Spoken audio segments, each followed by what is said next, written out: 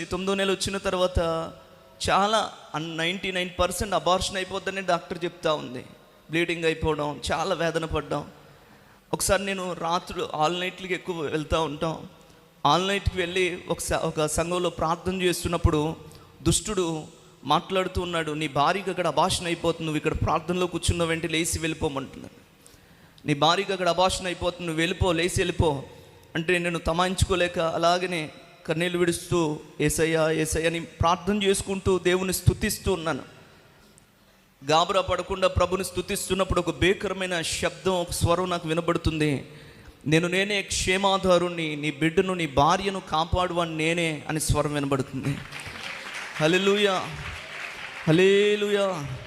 ఆ స్వరం విన్నాక ఇంక ఏ డౌట్ రాలేదండి. అది అయిన తర్వాత చాలాసార్లు ఆమెకి బ్లీడింగ్ అయింది. ఇంకా స్కానింగ్లకు తిప్పుతానే ఉన్నాం, కానీ ఏ భయం లేదు. ఆమెను తీసుకువెళ్తున్నప్పుడల్లా నేను ఒకటే